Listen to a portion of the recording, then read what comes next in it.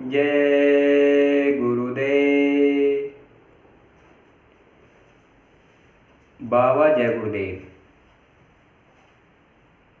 का नाम पूरे हिंदुस्तान में प्रसिद्ध नाम है। जय माने विजय, गु माने अंधकार, रू माने प्रकाश, देव माने देव तुल्य,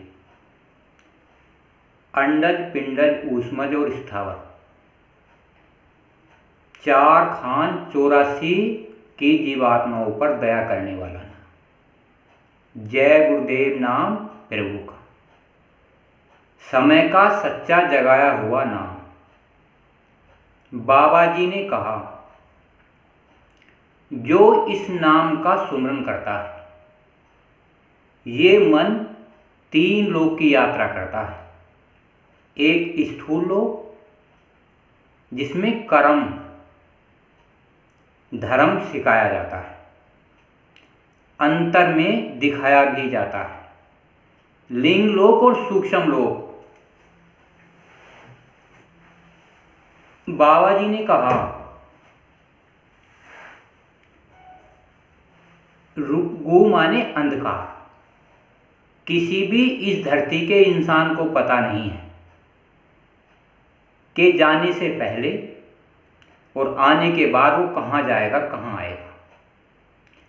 जन्मत मरत दुखी दुख होई, यानी कि आत्मा और जन्मती और मरती है।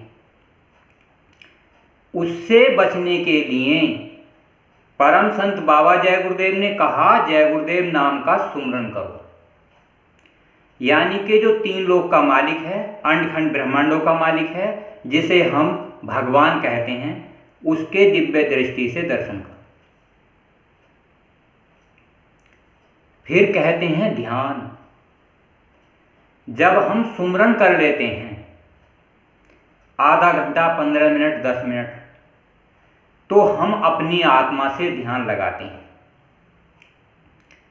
जैसे आप विचार करो, जब आपका मनुष्य शरीर नहीं था तो ये जीवात्मा थी, 4 खाने 84 में थी या कहीं भी थी, तो ये आत्मा थी।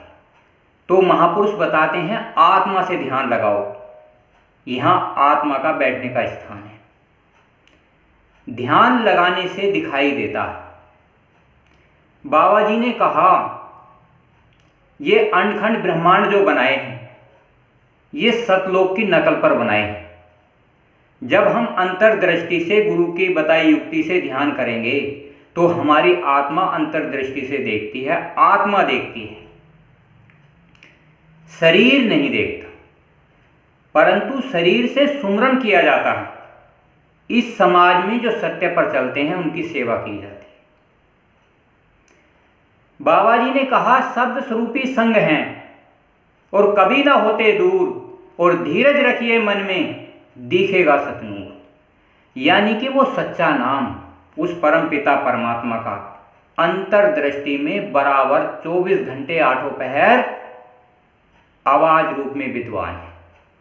जैसे हम इस शरीर में रहते हैं, हमारी आत्मा देखती भी है, बोलती भी है और सुनती भी है, वैसे ही इस आत्मा में है। तो यह आत्मा उस परमात्मा की जो शब्द स्वरूपी है उसकी आवाज सुनती है। तो कब सुनती है? जब गुरु के द्वारा, गुरु मंत्र के द्वारा उसकी सुमरन करने के बाद आवाज सुनी जाती है, तो आत्मा सुनती है। उस आवाज को सुनकर 2.5 अक्षर प्रेम का पढ़े सो पंडित हो, वो शब्द, वो आवाज सुनकर आत्मा इस मनुष्य शरीर के किराए के मकान से निकलकर अलग खड़ी होकर अंडखंड ब्रह्मांडों की सैर करती है। इतिहास गवाह है। सतयुग, द्वापर, त्रेता और आज कलयुग, महात्मा किसी भी धर्म में बराबर आते जाते रहते हैं। उन्हें कोई जाति धर्म का मतभेद नहीं है। क्यों? उनका तो एक ही उद्देश्य है, हम उस धाम से आए हैं जहां तुम्हारा धाम, और तुमको घर पहुंचाना एक हमारा काम। जय गुरु।